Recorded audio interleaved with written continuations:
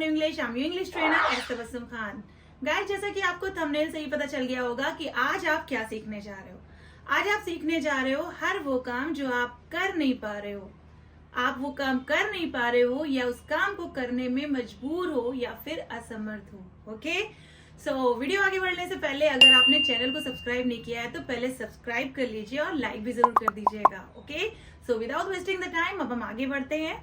तो आज हम बात कर रहे हैं हर वो काम जो आप कर नहीं पा रहे हैं या कोई कर नहीं पा रहा है या फिर उस काम को करने में असमर्थ है, उस काम को करने में मजबूर है।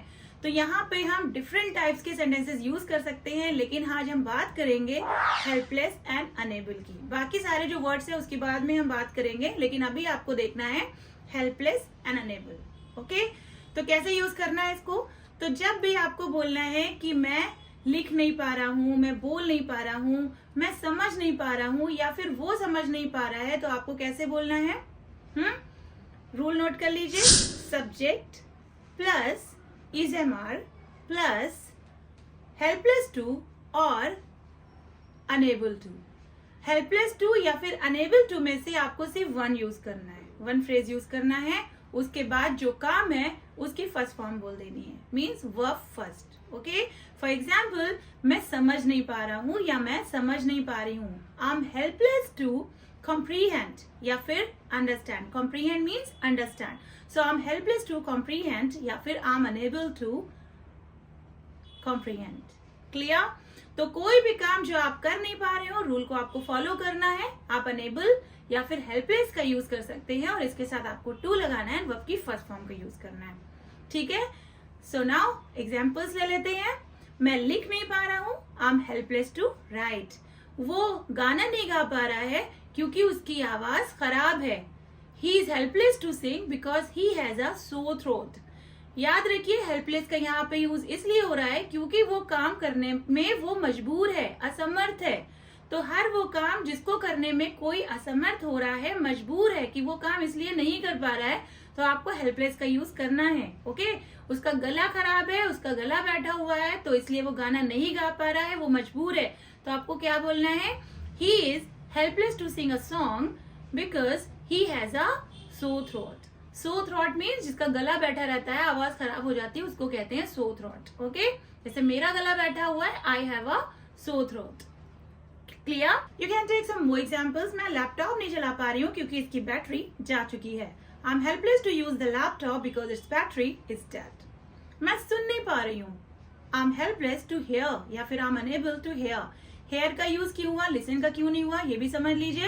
हेयर मतलब आपको सुनाई नहीं दिया, आप सुन नहीं पा रहे हो, मतलब आप सुन नहीं रहे हो। कोई चीज आप खुद सुनते हो, ध्यान लगाकर सुनते हो, जैसे कि अभी आप मेरी बात सुन रहे हैं, तो यहाँ पे आपको लिसन का यूज करना है। और जो चीज, जो साउंड, जो बैकग्राउंड साउंड आ रहे हैं या फिर जो आवाज आ रही है, जो आप बोल रहे हैं, मुझे आप सुनाई नहीं दे रहा है, तो उसके लिए आपको हेयर का यूज करना है। तो क्या बोलना है, मैं सुन नहीं पा रही हूँ, I am helpless to hear या फिर I am unable to here.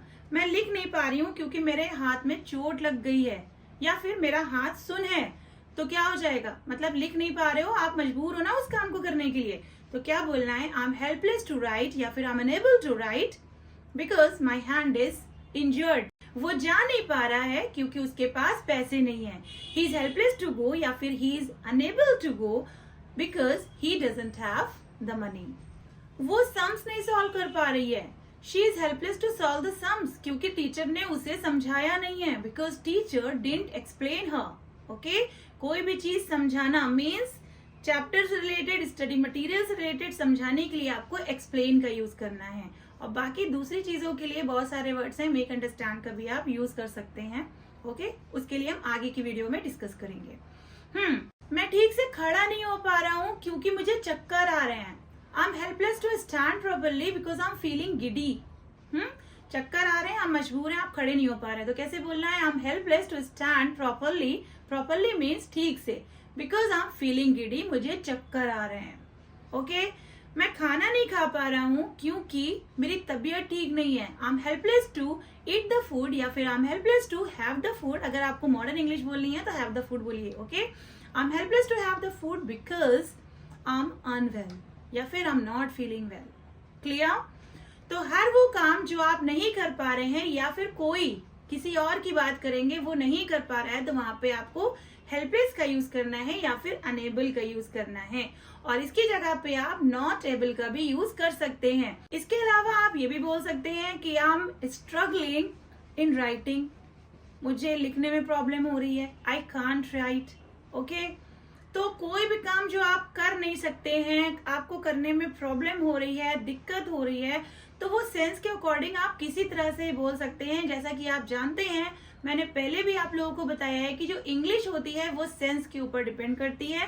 According to sense आपको बोलना है, ना कि आपको ट्रांसलेट करना है उसे। जो ट्रांसलेटर होते हैं वो कभी भी अच्छी इंग्लिश नहीं बोल पाते हैं, वो हमेशा ग्रामर में ही उलझे रहते हैं कि सेंटेंस के लास्ट में रहा, रही, रहे आ रहा है तो यहाँ पे आईएनजी क्यों नहीं आया, है ना। जैसे कि मैं लिख नहीं पा रहा हूँ, तो यहाँ पे क्या आ गया, मैं लिख नहीं पा रहा हूँ, I am enabling to write. आप कह सकते हैं, लेकिन क्या जरूरत है कहने की, आप सिंपल बोल सकते हो ना, I am unable to write या फिर I am helpless to write, same sense जा रहा है। मतलब आपको अपनी बात किसी को समझानी है कि आप वो काम नहीं कर पा रहे हैं। यहाँ पे ट्रांसलेशन से मतलब नहीं है, कोई आप एग्जाम देने नहीं जा रहे हो कि आपको ट्रांसलेट करना है और उसमें आपको मार्क्स मिलने वाले हैं। आजकल तो वो भी सिस्टम चेंज हो गया है, काफी कुछ चेंज हो गया है हमारी ग्रामर में। ओके, तो इंग्लिश जो होती है वो सेंस के ऊपर डिपेंड करती है, तो आप ग्रामर में मत उलझिए, सेंस के ऊपर डिपेंडेंट होइए और थोड़ा सा उसको समझने की कोशिश करिए। Okay okay, now you tell 2 or 3 sentences using different types of subjects and definitely I will reform them if you make a mistake. Alright? So जल्दी जल्दी कमेंट में करिए और अपनी गलतियों को सुधारिए और बोल बोल के प्रैक्टिस करिए। मैं हर वीडियो में आपसे बोलती हूँ, जब तक आप बोल बोल के प्रैक्टिस नहीं करेंगे कभी भी आपकी इंग्लिश में फ्लुएंसी नहीं आ सकती है। तो जितने भी सेंटेंसेस हैं आप एक फॉर्मेट बना लीजिए, I am helpless too, he is helpless too, she is helpless to, और we are helpless too, they are helpless to, और जो काम है उसे डायरेक्ट बोल दीजिए, वर्ब की फर्स्ट फॉर्म, ठीक है, वो काम को डायरेक्ट बोल दीजिए। और उसी से रिलेटेड, जैसे पहले आप आई एम हेल्पलेस टू बोल रहे हैं तो आई एम हेल्पलेस टू की ही प्रैक्टिस करनी है आपको। ही इज हेल्पलेस टू बोल रहे हैं तो ही इज हेल्पलेस टू की ही प्रैक्टिस कर रहे हैं। अगर आपको हेल्पलेस नहीं बोलना है, अनेबल बोलना है या नॉट एबल बोलना है, तो वो भी इसी तरह से आप फॉर्मेट तैयार कर लीजिए। I am unable to, I am not able to, okay, he is unable to या फिर he is not able to.